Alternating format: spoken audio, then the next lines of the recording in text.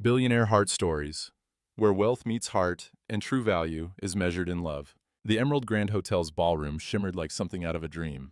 Crystal chandeliers casting fractured light across 200 guests in designer clothes, champagne flutes catching the glow like captured stars. The air was thick with expensive perfume, the kind that came in bottles smaller than a fist and cost more than most people's monthly rent. Somewhere near the front, a string quartet played Pachelbel's canon, while the bride and groom swayed in their first dance, wrapped in the kind of joy that made single people look away. Adrian Cole sat 87 feet from that happiness, at table 17, where hope went to die. The table was tucked in the back corner, so close to the kitchen, that every time the swinging doors opened, he caught a blast of industrial dishwasher steam and the sharp bark of the head chef yelling about overcooked salmon. The centerpiece, a sad arrangement of carnations that had seen better days, was already wilting. His table mates had abandoned ship 20 minutes ago, migrating toward the open bar like refugees seeking sanctuary. Adrian didn't blame them. He was terrible company these days. 3 years, 2 months, and 6 days. That's how long it had been since Elizabeth died. And he still counted everyone. Grief was supposed to fade with time. Everyone said so. His mother, his therapist, the well-meaning strangers at the support group he'd attended exactly twice before giving up. But grief wasn't a tide that receded. It was a low-grade fever that never quite broke, a weight that settled into your bones and made a home there. He lifted the teacup to his lips, lukewarm Earl Grey, because the coffee had run out an hour ago, and no one was restocking table 17. The ceramic was cheap, the kind that absorbed heat too quickly and left your drink cold before you could finish it. He thought about Elizabeth's favorite mug at home, the one with the chipped handle that she'd refused to throw away. "It's got character," she'd said. Everything had character to her. Every broken thing deserved love. Until cancer took her, and suddenly nothing had character anymore, just absence. Adrian glanced toward table 3, the VIP section, front row, where Marcus Ashford held court like some discount Gatsby. The man's Rolex caught the light as he gestured wildly, his voice carrying across the ballroom in waves of performative confidence. Adrian had learned to recognize the type.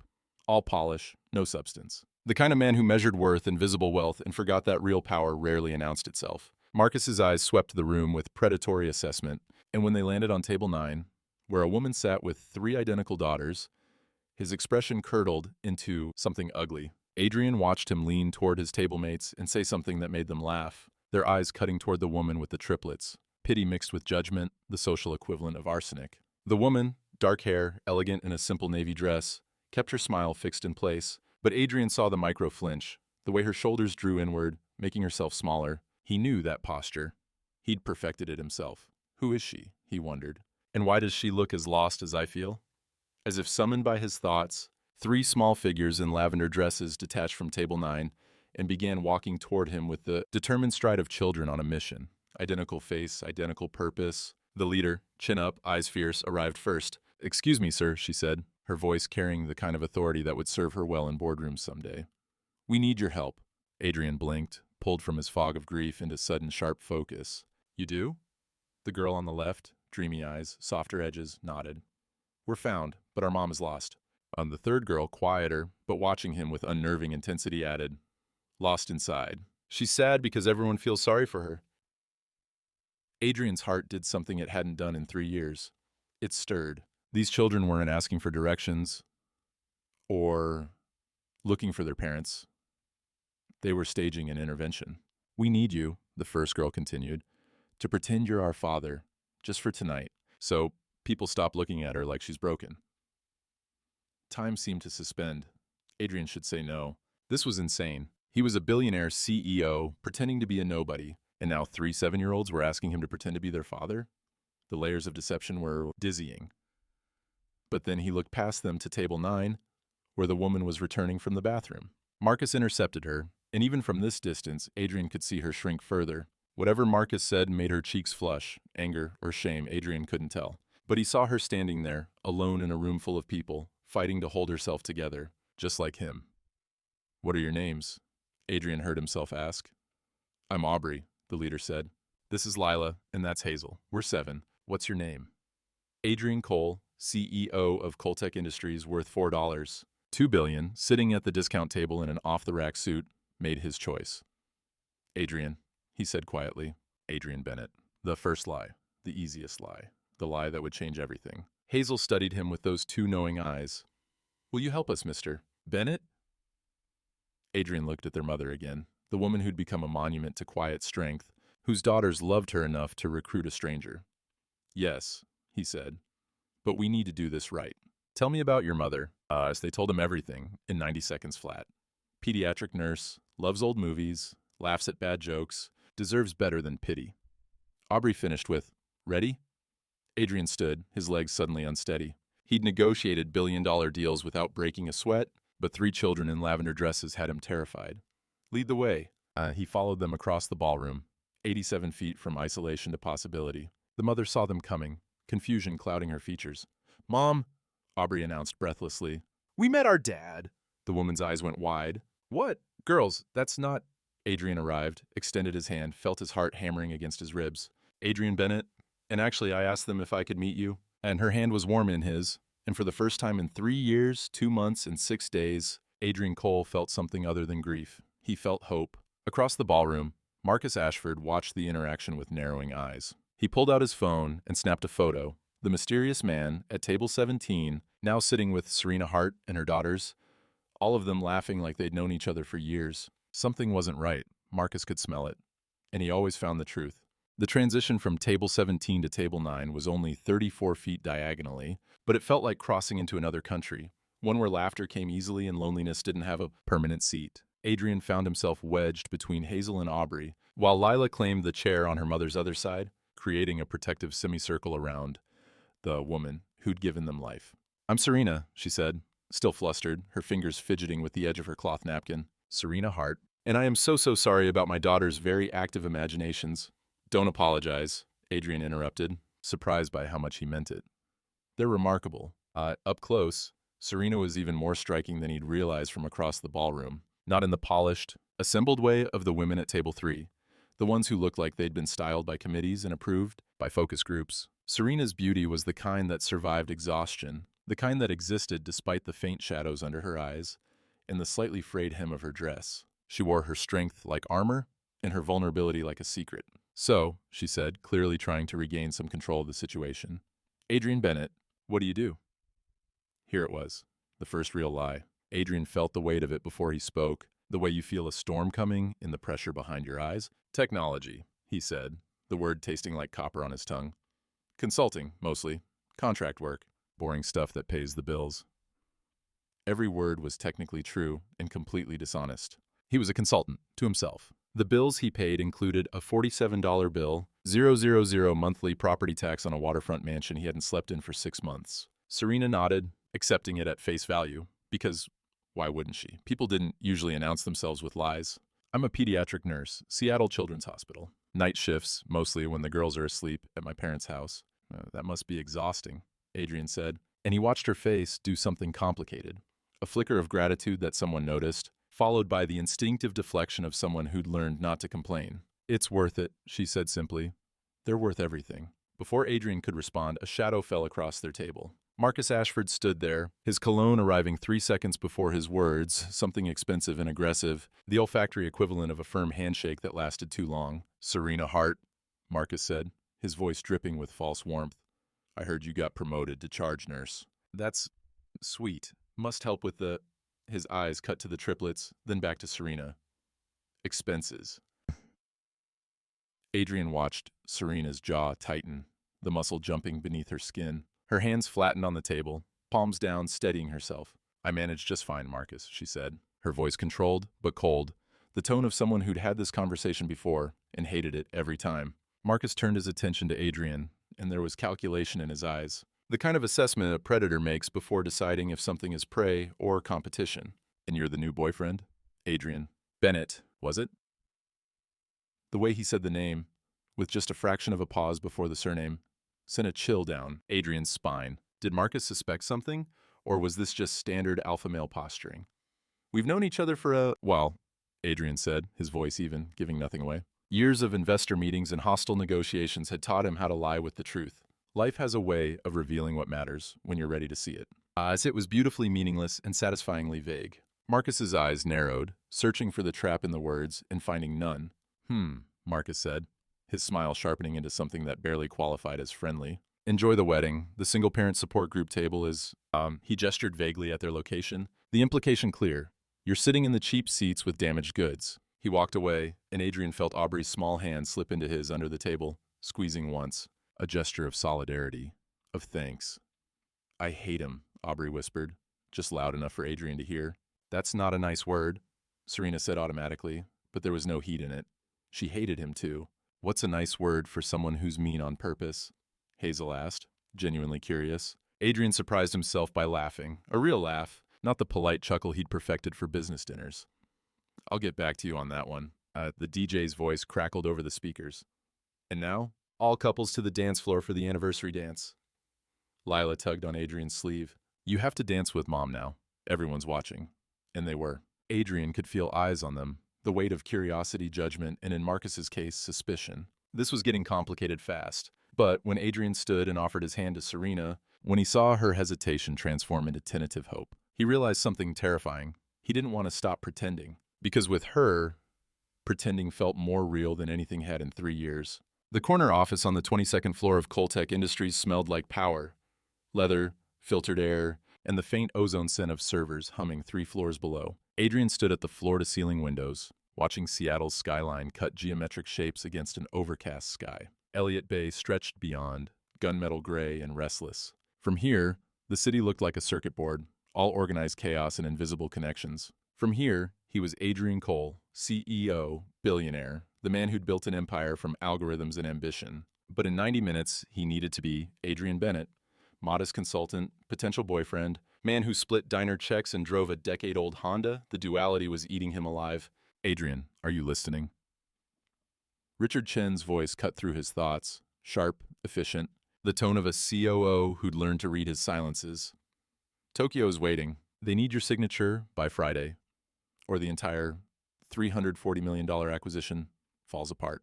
Adrian turned from the window, and for a moment, he saw his reflection in the glass. Tom Ford suit that cost more than most people's monthly rent, hair perfectly styled, the posture of someone who'd spent 15 years commanding boardrooms. This was the truth of him. Everything else was performance. Push it to next week, Adrian said. Adrian, next week, Richard? He softened his tone, recognizing the lieutenant's concern beneath the pushback. I need time. Richard studied him with the particular intensity of someone who'd worked alongside you long enough to know when you were lying to yourself. This is about that woman, the one from the wedding, not a question. An accusation wrapped in friendship. Adrian checked his phone, 12:17 p.m., 13 minutes until he was supposed to meet Serena at Espresso Vivace on Capitol Hill, a cafe he'd chosen specifically because none of his tech world colleagues would be caught dead there. Too hipster. Too authentically Seattle. Too real. Her name is Serena, Adrian said quietly, already moving toward his private bathroom. And yes, it's about her. He had 45 minutes to transform. Strip off the $3,000 suit, replace it with Target jeans and a button-down that had seen better days. Remove the Patek Philippe watch, substitute the Seiko he'd bought specifically for this double life. Mess up his hair, remember to slouch slightly, to take up less space, to be smaller. The man in the mirror looked like an imposter, either way. At 2:03 p.m., Serena rushed into Espresso Vivace, wearing scrubs decorated with cartoon dinosaurs, her hair pulled back in a messy ponytail, and an apology already forming on her lips. I'm so sorry, 3-year-old with a raisin stuck up his nose. It was a whole thing. Adrian stood, and the relief that flooded him was disproportionate to her 3-minute delay. She came. She wanted to be here. This was real, even if everything else wasn't. Please, he said, gesturing to the worn leather chair across from him. Don't apologize for saving children from produce-related emergencies. She laughed. A genuine sound, unguarded, and Adrian felt something shift in his chest. When was the last time he'd made someone laugh without it being calculated? Without it serving a purpose?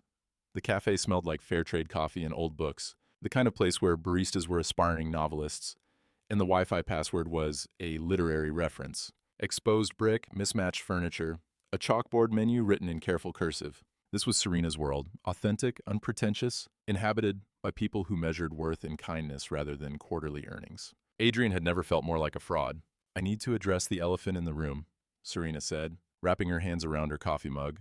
Plain ceramic, chipped at the rim, the kind Adrian would never have noticed before, but now saw as evidence of a life lived without excess. My daughters basically ambushed you. You don't owe me anything. Not coffee, not Serena. He said her name like it mattered and watched her breath catch. I'm here because I want to be here. But why? The question came out smaller than she'd intended, and Adrian saw it then. The thing beneath her strength. The belief that she was too much, too complicated, too poor, too burdened with responsibility, that anyone rational would run. He wanted to tell her everything, that he understood, feeling like a burden. That wealth didn't insulate you from loneliness, sometimes it was the cause. That he'd spent 3 years in a prison of his own making, and 3 7-year-olds in lavender dresses had accidentally handed him the key. Instead, he said, because you're remarkable, because your daughters see something in you worth fighting for, and because when I'm with you, I remember what it feels like to be seen as a person instead of a, he caught himself, instead of a bank account, instead of defined by my past, he finished. It wasn't the whole truth, but it was true enough. Serena studied him across the scarred wooden table, and Adrian felt the weight of her assessment. She was deciding something, calculating risk versus reward, the way a single mother had to calculate everything. Okay, she said finally. Real talk. The girls have asked me every day since the wedding, when can we see Mr. Bennett again? They're 7, so in their minds, you're now part of our family. If this, she gestured between them, encompassing everything unsaid, isn't going anywhere, I need to manage their expectations now, before they get attached. Before I get attached, her eyes said. Adrian leaned forward, closing the distance between them to inches. I lost my wife 3 years ago. I haven't been on a date since. I haven't wanted to. Until Saturday night, sitting at table 17, when 3 angels in lavender dresses asked me to pretend to be their father. His voice dropped lower, raw with something he hadn't let himself feel in years. What if we stopped pretending and tried something real? Serena's eyes filled with tears. Real is scary. Terrifying. The girls will go crazy. Absolutely. She extended her hand across the table like they were sealing a business deal, and Adrian took it, marveling at how her nurse-roughened palm felt more valuable than any contract he'd ever signed. Okay, Serena whispered. Real. Her phone shattered the moment. A harsh ring that made them both jump. Serena answered, and Adrian watched her face transform from joy to concern in 3 seconds. Hey, Lila, I'm on my way. What? Slow down. He what? Adrian's heart sank. Something was wrong. I'm sorry, Serena said, already standing, gathering her things with practiced efficiency. There's an incident at school. Aubrey punched a boy who said she didn't have a father. The words hung in the air, accusation and prophecy tangled together. I'll come with you, Adrian heard himself say. Serena looked surprised, then grateful, then scared. Like maybe this was moving too fast, maybe real was more than either of them could handle. But Adrian was already moving toward the door, already calculating the 11-minute drive to Greenwood Elementary, already transforming back into the man who solved problems, even if this particular problem was partly his fault. Serena's apartment building in Greenwood was the kind of structure that whispered stories of modest dreams and practical compromises. Built in the 1940s, the 2-story walk-up wore its age in peeling paint the color of old mustard and a front gate that squeaked like it was perpetually surprised by visitors. Adrian parked his Honda Accord on the street, careful to avoid the resident parking spots, and felt the weight of architectural judgment. Not his judgment. The buildings. This place knew he didn't belong here. Inside, the narrow hallway smelled like 1,000 dinners, curry and garlic and something baking that might have been banana bread. The carpet was industrial gray, worn thin in traffic patterns that mapped out years of residents coming and going. Children's voices echoed from somewhere above, mixed with the bass thump of music someone's teenage son refused to turn down. Serena's apartment was 2B, 2nd floor, first door on the right, 940 square feet that housed 4 lives. Adrian had properties with closets bigger than this. Sorry about the mess, Serena said, unlocking the door with the practiced efficiency of someone who'd perfected the single-parent juggle. Groceries in one hand, keys in the other, phone tucked against her shoulder. We weren't expecting company, but the apartment wasn't messy. It was lived in. There was a difference Adrian had forgotten during his years in Architectural Digest perfection. Crayons scattered across a coffee table covered in half-finished drawings. 3 pairs of sneakers by the door, arranged from largest to smallest. A bulletin board in the kitchen displaying school artwork, vaccination schedules, and a calendar so densely packed with color-coded activities it looked like abstract art. This was what love looked like when you built it from nothing but determination. It's perfect, Adrian said, and meant it in a way that surprised him. The triplets were already asleep. It was past 9 on a school night, but their presence saturated the space. Their room was visible through a half-open door, bunk beds stacked vertically to maximize space, each bed decorated with distinct personalities. Aubrey's corner was organized with military precision. Lila's overflowed with books and a journal covered in star stickers. Hazel's featured a microscope and a collection of rocks arranged by size. 3 daughters, 1 room.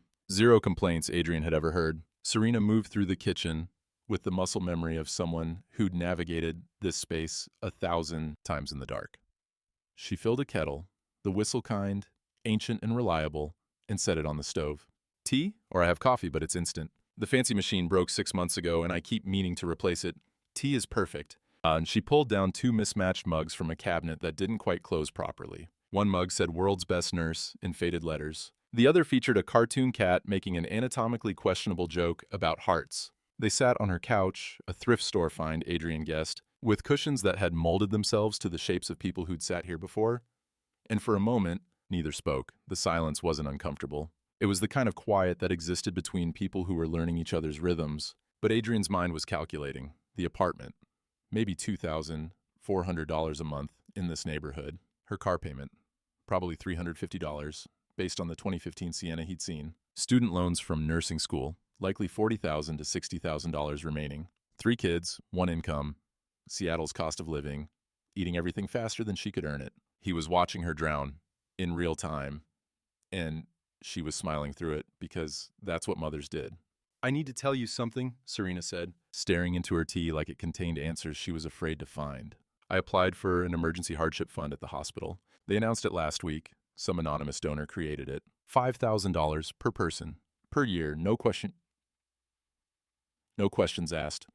Adrian kept his expression neutral, but his heart was hammering. The fund he'd created. The $500,000 he'd donated through Coltech's foundation with explicit instructions. Anonymous, immediate, no press release. "That's wonderful," he said carefully. "Did you get it?" $3,500. It cleared yesterday. Her voice cracked on the last word. "Adrian, I was 2 weeks from I don't know what, and this stranger just saved me."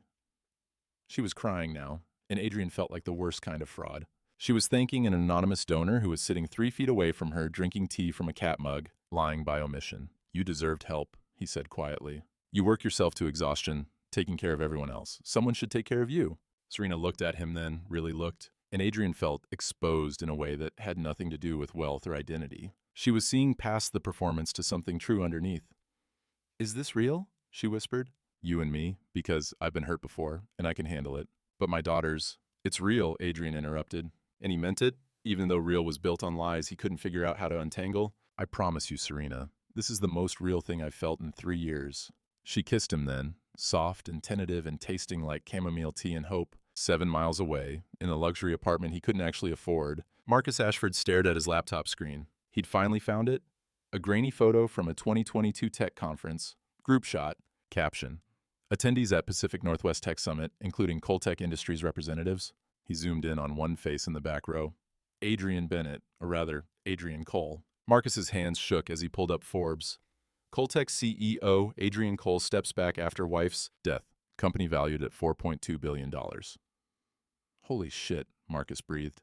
He'd been insulted by a man worth more than 100 Marcus Ashfords. Been dismissed by someone who could buy and sell him like pocket change.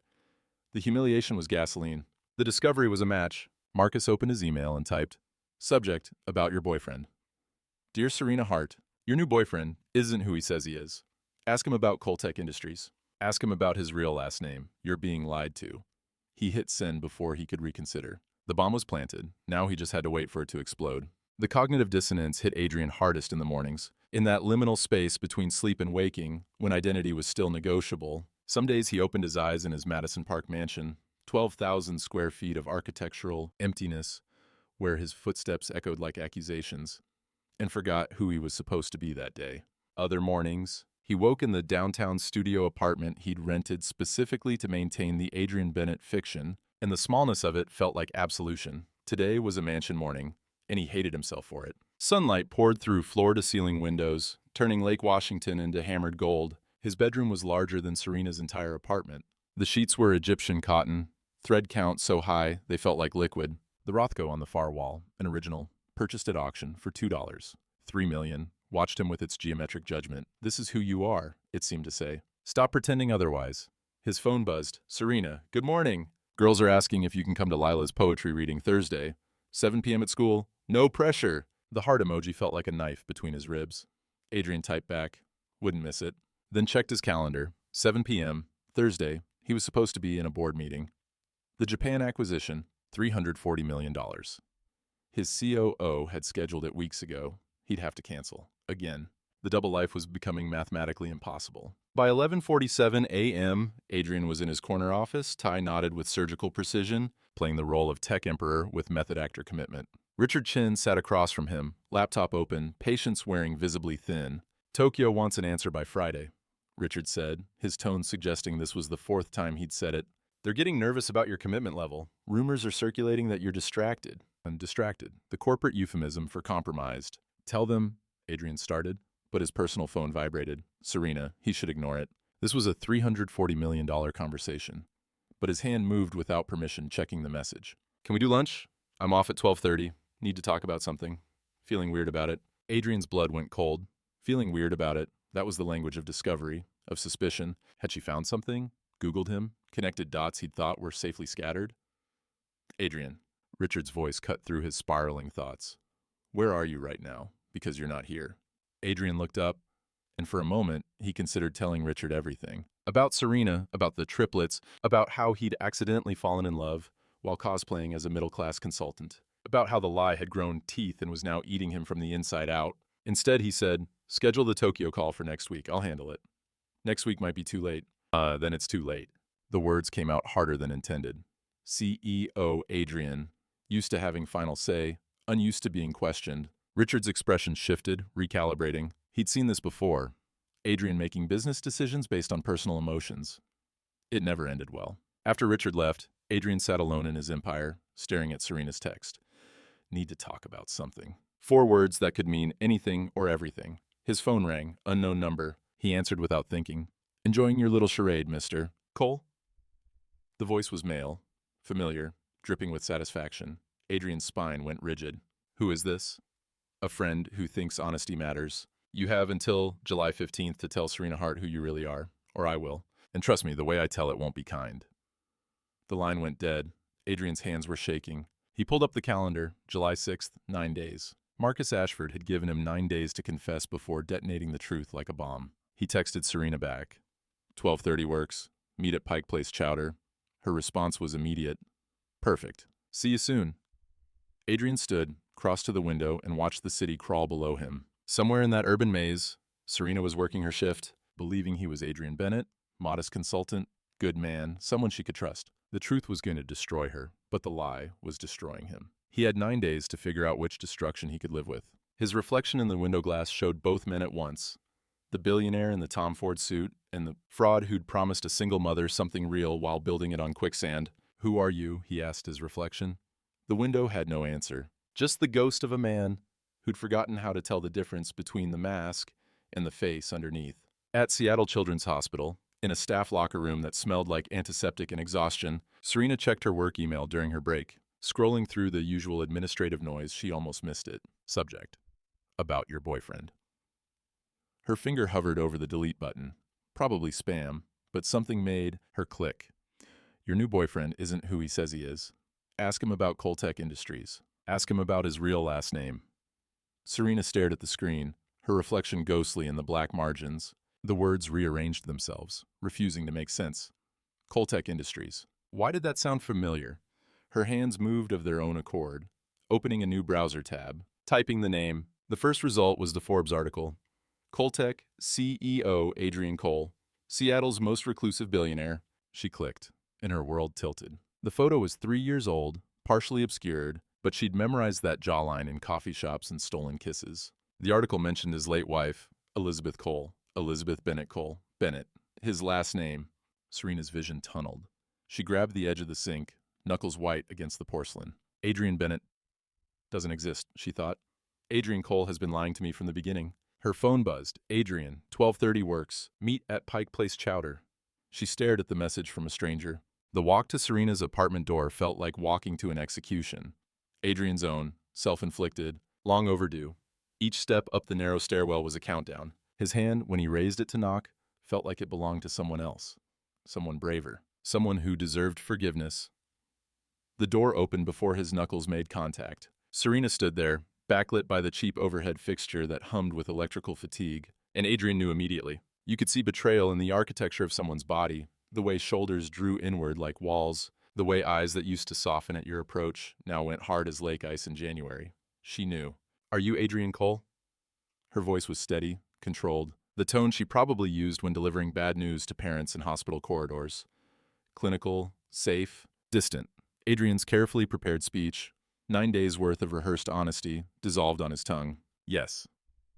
One word, 2 letters. The truth, finally, like coughing up glass. Serena's laugh was a bitter, broken thing. The Coltech billionaire, $4.2 billion. And you've been, what, slumming it? Playing dress-up? Serena, please, let me explain. Explain what? She stepped back, and the motion felt like a chasm opening between them. That you're a billionaire playing dress-up in Target jeans? That Adrian Bennett is just a character you created? That everything you told me was a lie? Not everything, Adrian's voice cracked on the words. My feelings for you, for the girls, those are real. Oh, your feelings. The sarcasm was razor-sharp, designed to cut. That's great. Meanwhile, I've been agonizing over whether I could afford to split a $40 dinner check. I applied for a hospital hardship fund because I was $1,200 short on rent.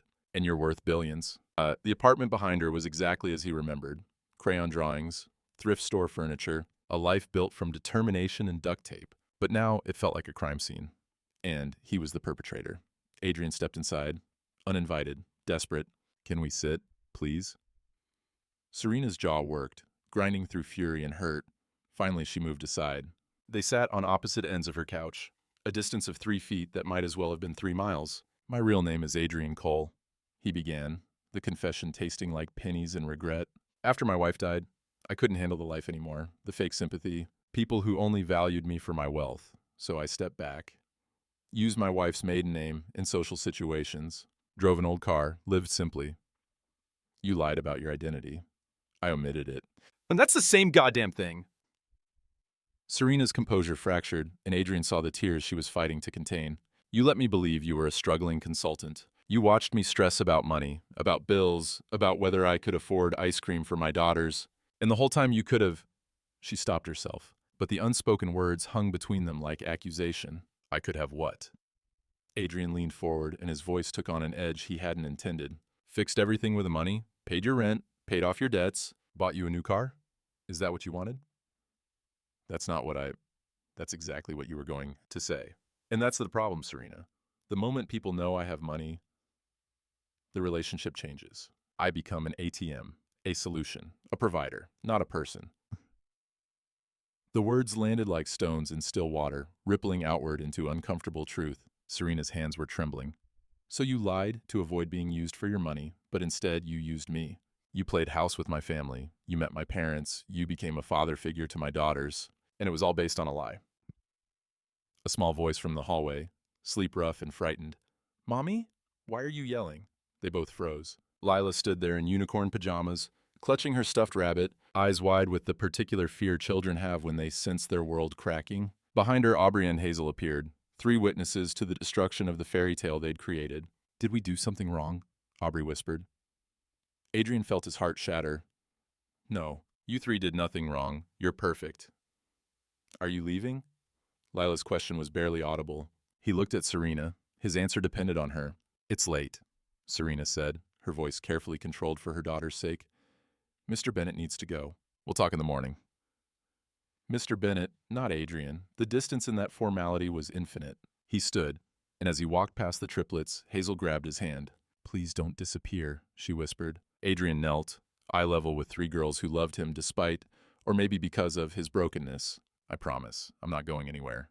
But as he descended the stairs and heard Serena's door close behind him, a soft click that sounded like an ending, he wondered if that was a promise he could keep. Catherine Cole arrived like weather, inevitable, transformative, carrying the scent of old money and older wisdom. She stood in Serena's doorway, wearing pearls that probably cost more than Serena's annual salary, but her smile held nothing but kindness, the kind that had survived loss and come out softer for it. You must be Serena, Catherine said, her Boston accent rounding the vowels elegantly. I'm Catherine Cole, Adrian's mother. May I come in? Serena's apartment had never felt smaller. The peeling wallpaper seemed to curl away from itself in shame. The coffee table's water rings, years of forgotten coasters, looked like accusation marks. This woman belonged in penthouses and country clubs, not second-floor walk-ups where the radiator clanked like it was perpetually surprised by its own existence. But Catherine entered without judgment, settling onto the thrift store couch like it was a throne. She didn't arrange herself carefully to avoid wear spots or questionable stains. She simply sat, folded her hands, and looked at Serena with eyes the same gray-blue as her son's. "I need to tell you about Elizabeth," Catherine began. The story came out in careful pieces, like Catherine had rehearsed this testimony in her head during the flight from Boston. Adrian and Elizabeth meeting in a coffee shop when he had nothing, living in a studio apartment that smelled like ambition and instant ramen. How Elizabeth loved him when love cost nothing but itself. Then Coltech exploded, Catherine said, her voice carrying the weight of hindsight, not slowly, overnight. One successful product launch, and suddenly my son was worth millions, then tens of millions, then hundreds. Serena found herself leaning forward, hands wrapped around a mug of tea that had gone cold 10 minutes ago. The apartment was silent except for the muffled thump of bass from the teenager upstairs and the distant wail of a siren painting the night in shades of emergency. Elizabeth changed, Catherine continued, and the sadness in her voice was tactile. You could reach out and touch it, sharp as broken porcelain, not dramatically, not maliciously. But wealth has gravity. It bends everything around it. Her friends changed, her clothes changed, the restaurants she wanted to visit, the charities she suddenly cared about. Adrian gave her everything, but he mourned the woman who'd loved him in that studio apartment. Serena felt something crack open in her chest, understanding, reluctant, and painful. When she got sick, Adrian spent $4 million on experimental treatments. Flew specialists in from Switzerland, from Japan. Nothing worked. Catherine's voice fractured. In her final days, Elizabeth told him, "I wish we'd stayed in that little apartment. I wish I'd never known about the money. It made me forget who I was." The silence that followed was thick enough to drown in. After she died, Catherine said, Adrian became obsessed with one question. Could anyone love him for who he was, not what he had? That's why he started using Bennett. That's why he lived simply. He wasn't lying to be cruel, Serena. He was lying because he's terrified. Terrified of what? Serena's voice was barely a whisper. That money destroys everything good. That he'll never know if someone loves him or loves his bank account. Catherine reached across the space between them, covered Serena's hand with her own. But I've seen the photos Adrian showed me. The way you look at him, it's how Elizabeth looked at him in that coffee shop before she knew he had a dime. That's why he fell for you, and that's why he couldn't tell you. He was afraid the truth would ruin the only pure thing he'd found since her death. Across Seattle, in a high-rise office building overlooking Pike Place Market, Marcus Ashford sat in darkness, laptop screen casting his face in shades of vengeance. He'd spent 3 hours crafting the perfect pitch to his journalist friend at Seattle Met. His email read, "Billionaire Adrian Cole pretends to be middle class, manipulates single mother. Photos, timeline, documented lies. This is your cover story." The response had come back in minutes. "When can we run it?" Marcus smiled, his reflection ghost-like in the window glass. "Tomorrow. I want to confront him first. Get his reaction on record." He imagined Adrian's face when the truth went public. The shame, the exposure, the social annihilation, it would be beautiful. His phone buzzed, a reminder he'd set for himself. Rent due, 3 months overdue. Eviction notice, final warning. Marcus dismissed it. After this story broke, after Adrian Cole was humiliated, surely the publicity would bring investors. Someone would see Marcus as the brave truth-teller, the man who exposed elite hypocrisy. He had to believe that. The alternative, that he was drowning in debt while destroying someone else out of pure spite, was too ugly to examine. The morning arrived wearing bruises, purple-gray clouds pressing down on Seattle like a lid on a pressure cooker. Serena had spent the night staring at her ceiling, Catherine's words replaying in an endless loop. The way you look at him, it's how Elizabeth looked at him in that coffee shop before she knew he had a dime. Could that be true?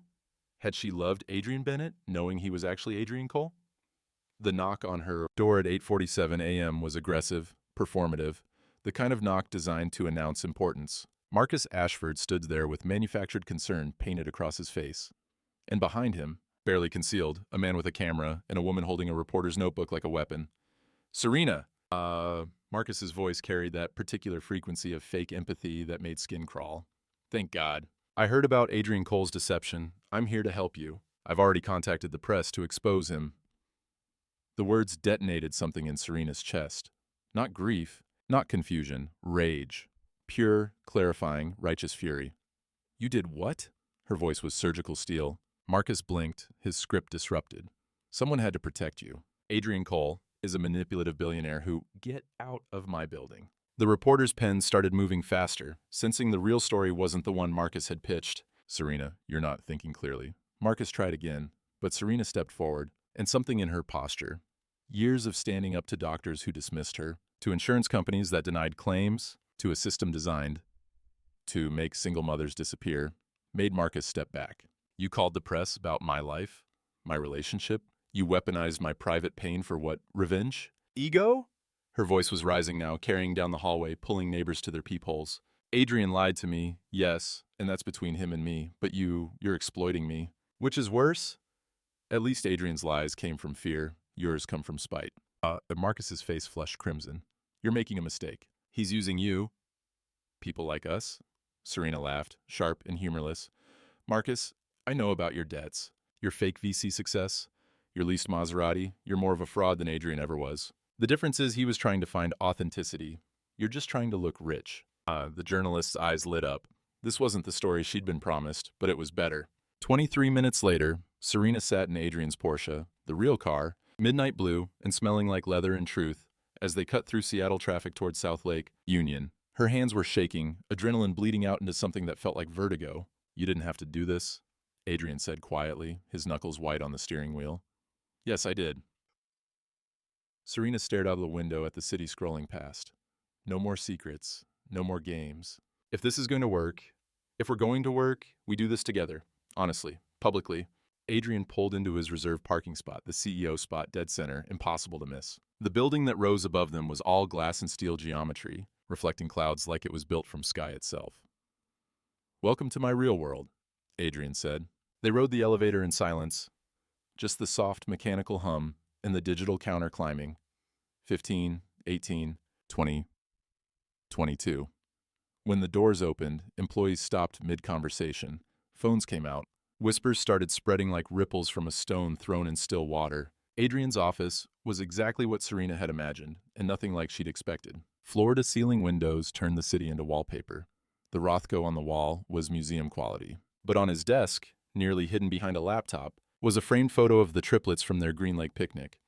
He'd kept them close, even here. This is who you are, Serena said, not a question. This is where I hide from the world, Adrian corrected. He looked different here. Taller, somehow, more solid, like he took up the space he was always meant to occupy. But I'm tired of hiding. The intercom buzzed, his assistant's voice, tight with anxiety. Cole, I'm sorry, but there's a situation in the lobby. A Marcus Ashford with press demanding to see you. Security is... Send him up, Adrian said. Adrian, Serena started. No more hiding. He took her hand, and the gesture felt like a promise. If Marcus wants a confrontation, he'll get one. But on my terms. Time, Adrian had learned, was both architect and demolition crew. It built trust in layers, each honest conversation a brick, each kept promise mortar, but it could also collapse structures overnight. The 4 weeks following the Coltec lobby confrontation felt like reconstruction after an earthquake, careful, painful, necessary. Week 1 arrived wearing apologies. Adrian's mansion in Madison Park sat on 2 acres of waterfront property that tasted like old wealth and new loneliness. The house was a testament to architectural magazines and interior designers who'd been paid to create beauty without warmth. When the triplets first walked through the front door, hand-carved mahogany, imported from somewhere expensive, their eyes went wide as moons. Mirt Bennett, Hazel breathed, forgetting they were supposed to call him Adrian now. Why do you have 8 bathrooms? The question hung in air that smelled like lemon polish and emptiness. Adrian looked at Serena, saw her taking in the foyer with its vaulted ceiling and chandelier that cost more than a year of her rent, and felt shame bloom hot in his chest. I really don't know, he admitted. I never used 6 of them. Lila discovered this library, floor-to-ceiling shelves holding books Adrian had bought to fill space rather than read. She ran her fingers along spines reverently, like touching sacred texts. Aubrey found the chef's kitchen, with its 6-burner Viking range and marble counters that stretched like tundra, asked if they could make cookies. Seemed disappointed when Adrian explained he'd never actually cooked here. But it was Serena who found Elizabeth's room. Adrian had preserved it like a museum exhibit. Photos arranged chronologically, her favorite books, letters she'd written during her final months, a shrine to grief, built with the kind of money that could memorialize but never resurrect. She was beautiful, Serena said, studying a photograph of Elizabeth laughing at some long-forgotten joke, her head thrown back, alive in a way that death had stolen. She was. Adrian stood in the doorway, unable to enter. This room was sacred ground, and bringing Serena here felt like introducing the future to the past. And she'd want me to be happy again. I think she'd like you. Serena turned, and her eyes were bright with tears he couldn't interpret. Sadness, jealousy, gratitude. Some complicated mixture of all three. I'm not trying to replace her, Serena said quietly. I know. You're nothing like her. That's not an insult. It's why this works. She was my past. You're my... He couldn't finish the sentence. Too scared to presume. Future? Serena offered, tentative as a question. If you'll have me. Week 2 tasted like meeting families and navigating judgment. Serena's father, Thomas Hart, retired firefighter, with hands like worn leather and eyes that assessed structural integrity, sat across from Adrian at the family's modest Renton home. The house smelled like pot roast and suspicion. Pictures on the mantel showed Serena's progression: gap-toothed child, awkward teenager, nursing school graduate holding triplet newborns with exhausted triumph in her eyes. My daughter doesn't need your money, Mr. Cole, Thomas said, and the formality was deliberate distance. She needs someone who shows up. I understand, sir. Adrian met his gaze without flinching. And I intend to show up, every day. You lied to her. I did. Why should I believe you won't lie again? Adrian had prepared for this, practiced answers with his therapist, rehearsed honesty until it felt natural. But sitting across from a man who'd raised a daughter, strong enough to survive abandonment, rehearsed words felt like insult. I can't prove I won't, Adrian said finally. All I can do is show up, tomorrow, and the day after, and the day after that, until showing up becomes the proof. Something shifted in Thomas's expression, not forgiveness, but the beginning of possibility. By evening's end, Adrian was helping fix a leaky faucet in the guest bathroom, and Thomas was explaining the importance of proper pipe threading with the focused intensity of someone sharing sacred knowledge. Serena watched from the hallway, and her smile was sunrise after storm. June 15th arrived dressed in possibility.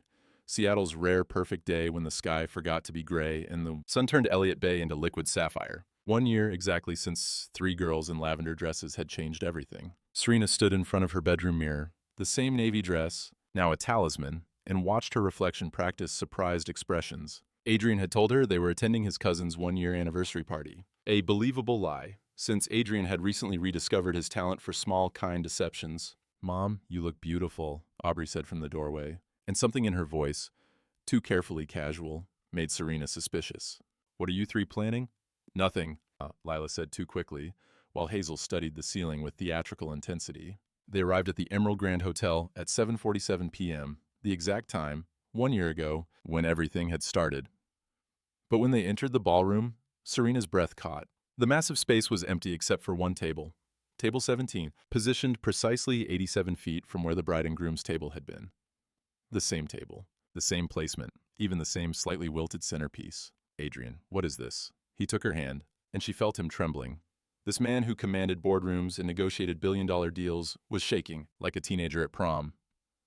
1 year ago, I was sitting here, alone, grieving, lost.